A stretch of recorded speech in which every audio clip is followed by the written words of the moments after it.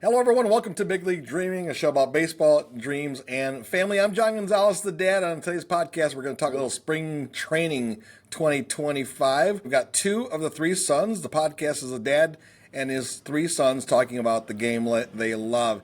Two of the three are on board today. Let's check in Charlotte, North Carolina. It is son number one, Zak Gonzalez, our Mariners fan, and today sporting Sparty. Go green. Yeah, go white. First place in the Big Ten right now for men's basketball. It's awesome.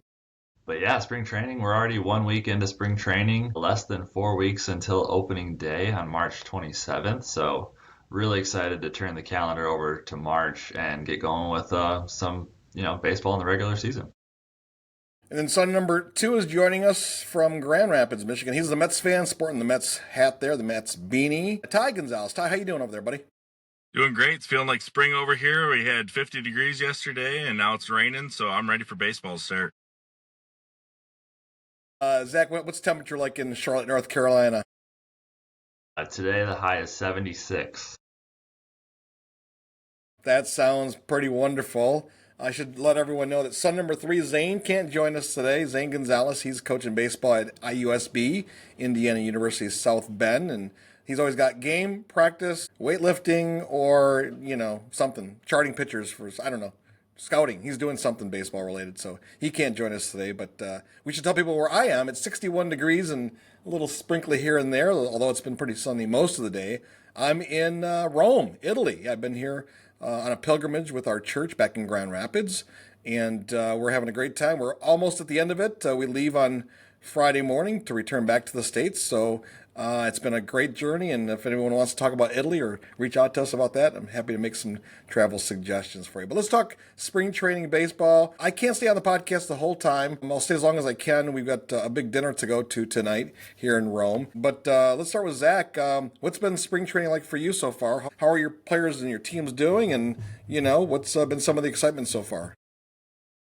Yeah, it's been fun to see a lot of the younger guys get opportunities. It's kind of like the first couple weeks of spring training is when a lot of those prospects get to play in the major league games before they move on to, more of the minor league camp. And then you get your major league players that will get more, play more innings in the games. They kind of gradually get into it. But all the talk is the ABS system, the automatic balls and strikes.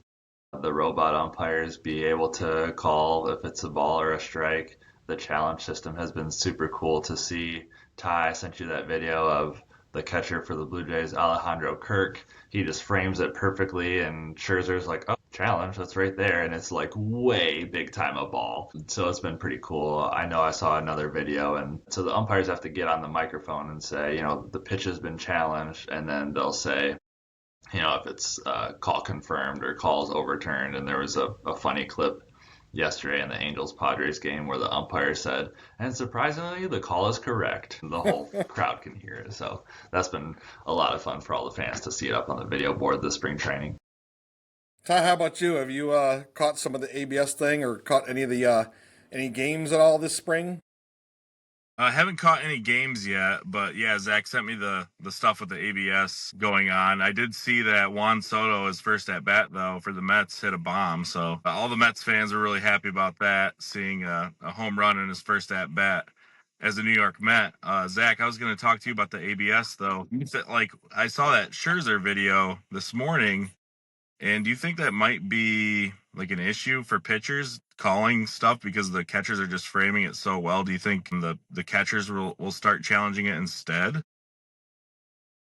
Yeah, so in AAA, the Charlotte Knights, they won't let their pitchers do the challenge themselves because they just have so much confidence in their pitchers, like, oh, I hit the corner on that kind of thing. So they only let their catchers challenge or their hitters if they're in the box. So I think it'll probably become like a unwritten rule where if you're a pitcher, it's like, don't waste one of our challenges because we know that it might look to you like a strike, but you're 60 feet, 6 inches away. The catcher's right there. Let the catcher make the challenge. Yeah, that makes sense. What about any other? I don't. Well, speaking of Juan Soto, yeah. I mean, I got the alert. I don't know where I was. I think I was in Florence or Venice, somewhere here in Italy, and my MLB app goes bling, and it says Juan Soto hits a home run in his first at bat for spring training, and I'm like, Yeah, that doesn't surprise me, right? Or I'm getting the, Shohei Ohtani, is exciting people, I mean, all this stuff, right? I'm getting these alerts every day, and I'm like, oh yeah, baseball is back, baby, right? Baseball is back. But yeah, Juan Soto, the guy's going to prove something. He's out to prove something, right? I mean, he's not going to let this be kind of like, I got my money, I'm going to coast. He's out to win games and be a Mets hero, right? Yeah, for sure. I think it's the good thing is he's already played in New York most of his career, really, because even when he was with Washington for a short time, they played in New York all the time. So it's not like it's going to be new to him playing in that market or playing for those fans. I think the fans will be behind him a lot, but they'll be quick to flip the script on him, just like they did Lindor when he started off so bad after the big signing. But I don't think that will affect him that much. If he has a slow start in April just because it's cold and rainy and coming from spring training, I don't think that's going to really affect him that much. I think May, June, you're going to see him just put up some monster numbers and maybe even win a MVP this year. He's already putting the. He finished third. I mean, he finished third in MVP last year, so he's just got to beat out Ohtani, right? I like that, making predictions already. Great job, Ty. Let me ask this question, Zach, because I know that in Tiger Camp, I know you have a lot of stuff you want to talk about probably on the Mariners side and some of your other favorite players. But from the Tiger side, kind of leads to the bigger question. So right now, Jackson Jobe is, number 5 in the MLB pipeline as a prospect. Everyone knows who he is. He throws gas 98, 99, 100 miles an hour.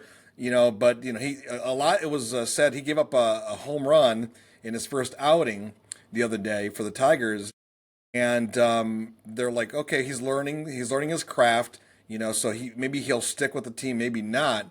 But in Tigers camp down in Lakeland, their early reports, the pitching is doing so well. Kenton Maeda had some life on his fastball and pitched well in his first outing. So they're saying, well, maybe Jackson Jobe will start in AAA because there's so many pitchers doing well. But the question is for you, Zach. Pitchers seem to dominate early preseason or early spring training game. That seems to be the way things go, right?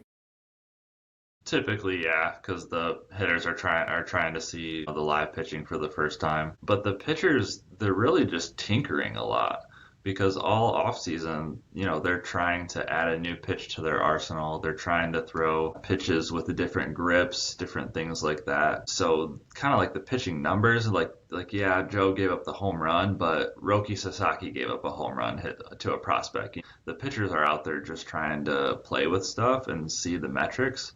It's crazy because with the Rapsodo machines, the TrackMan right behind home plate, you look at the bullpen, they have big flat screen TVs right above the mound. So when you're in your bullpen, you throw each pitch, it shows all the numbers from the Rapsodo, the velocity, the spin rate, the axis, the horizontal break, the vertical break, and you're getting that like 3 seconds, 4 seconds after you throw the pitch.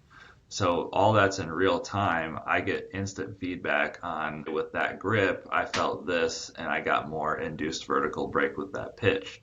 So pitching has become a science and hitting is still an art. So these pitchers are still out there just like adding a sinker, adding a cutter, adding a splitter. And it's been super cool to watch, to track, to see these pitchers come to spring training with a brand new pitch and they know it's going to work in the big league level because they got the numbers behind it.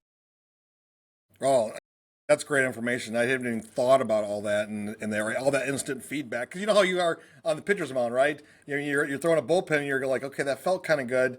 I don't know. Let me try it again. 3 or 4 pitches later, you don't have the data. You just have the feel, or a coach that might come over, or your buddy next to you going like, I don't know, that looked pretty bad. Yeah, but now they have, about 5 mounds, 6 mounds in a row that make up the big bullpen, and you see 6 flat screens above each rubber that shows the data after they throw each pitch. It's nuts. Ty, folks, we're listening to Big League Dreaming, the podcast, a show about baseball, dreams, and family. Dad and his 3 sons talking about the game they love. We should also mention that Zach, Ty, and also Zane, who's not with us today, he's coaching, is that all 3 of you played collegiate baseball at different levels. All 3 of you pitched, but I think it was Ty, you're the one of the 3 that did both in college, pitch and hit. When you weren't pitching, you were a position player full time. So, what do you think about Zach's statement there that baseball pitching, the pitching has become a science where hitting has become more of an art. Would you agree with that?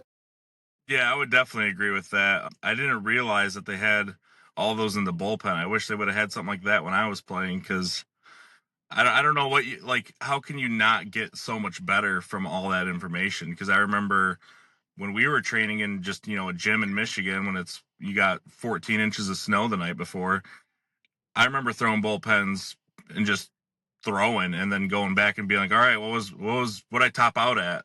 And then you'd hear a number you weren't expecting, and you don't know what pitch it was. You don't know how you were holding it. You don't even realize. You're just kind of just trying to stay warm and just kind of go through the motions. So the fact that there's all this information and data now, yeah, I mean, pitching's definitely a science. You can just get so much better with all that data. And on the hitting side, I mean, we talked about it when we were ripping the packs a couple weeks ago live, right? Video doesn't matter anymore. Listen to Torkelson, right? Doesn't even matter. You don't even need it. It's all about just swinging, right? Yeah, well, there's a lot to hitting, no question about it. But the thing about hitting too, it's like I think that sometimes a good hitter knows how to fight pitches, right? You know you're not going to be able to hit some nasty slider that's coming in there, so you just foul it off and you keep waiting for your pitch. And some of the better hitters do that.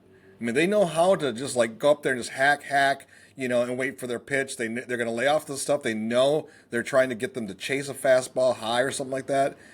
So to me, baseball has always been between pitching and hitting like a cat and mouse, right? You're like it's a game within a game. It's more mental to me, both sides of the plate. Wouldn't you agree, Zach? But yeah, absolutely. And the pitchers have the advantage because they know what they're going to throw. And the hitters, it's more of a guessing game, and now these guys are adding to their arsenal. So before, okay, this guy has 3 pitches. Now these guys have like 6 pitches that they can throw. Like, how do you cover that many pitches at the plate? Yeah. Yeah. Well, the whole topic is spring training, and I think my point earlier was that pitchers seem to be a little further ahead, at this point where hitters are just getting their chops back. That's the way it used to be. I don't know if it's different these days. I mean, our hitters also, because they're also working in the off season, right? They're not taking time off like they used to in the old days. I mean, these guys are in their cages. They have their homes. They have their facilities. They have trainers they're working with that sometimes are just personal trainers. So maybe hitting's coming along as well. I don't know. What do you guys think? I think they get up to speed quicker than we think. I mean, it used to be, back in the day, Dad, spring training is when you get in shape for the regular season. Well, now these guys nowadays are coming in ready to go, and they are like, clicking on all cylinders, ready to rock to pitch, or to hit. It's crazy. Well, I have to get going in a few minutes. Are there any players or anything other things you want to bring up, Zach? Because I know that you've been following some of the early results. Yeah, pretty funny that the Cubs are 6-0 and the Dodgers are 1-5. Even though the stats and the wins and losses don't mean anything. But see the Dodgers in last place with the White Sox and Arizona. It's pretty funny. But pretty excited for the Spring Breakout games. That will be March 13th through 16th, so that'll be in 2 weeks. We'll probably maybe do another live stream like we did last year when we watched the Pirates and the Orioles, I believe it was. So be on the lookout for information from our podcast about that coming soon. That'll be March 13th through 16th that weekend. Pretty much each team puts together a team filled with their best prospects, and they face off in a one game against each other. So super fun. Last year was the first year they did it, and it was a great success. Yeah, I'm glad you mentioned that because last year that was a lot of fun watching the game in real time. We should also mention that if you're interested in learning more about how the ABS system works, we did a podcast on that same topic last year, didn't we? Yeah, we did. It was towards the end of our season 4 there, right when they made the big announcement that they were going to bring it to spring training. So definitely go back and listen. That was a great podcast. Zach had so much insight because, Zach, you deal with it every day in Charlotte. Yeah, absolutely. It was fun to it's normal for me, right? I've been seeing the challenges for a couple of years now, but now all these fans are seeing it with major league players. It's been a lot of fun this spring training. All right. Is there anything else either one of you want to bring up before I got to take off for dinner in Italy? That's okay, Dad. We can do a quick episode. It's all good. All right. All right. Well, guys, thanks for checking in here and talk a little spring training baseball. I'm following everything here, even though I'm across the country, across the world, I should say. Missed game, but we'll definitely have to check in with him soon enough. All right, Ty, why don't you take us out and tell us where people can get more information about Big League Dreaming, the podcast? Yep, Big League Dreaming, the podcast. You can listen to us wherever you listen to your podcast, Apple Podcasts, Spotify, of course, here on YouTube, Big League Dreaming, the podcast. You can also give us a follow on X, formerly known as Twitter, at BLD Pod. That's at BLD POD. All the links are in the description. Give us a follow, stay up to date, and we hope to see you next Saturday, 9 a.m. Eastern Standard Time. That's when we drop episodes. See you on the next one. See ya. Bye, everyone.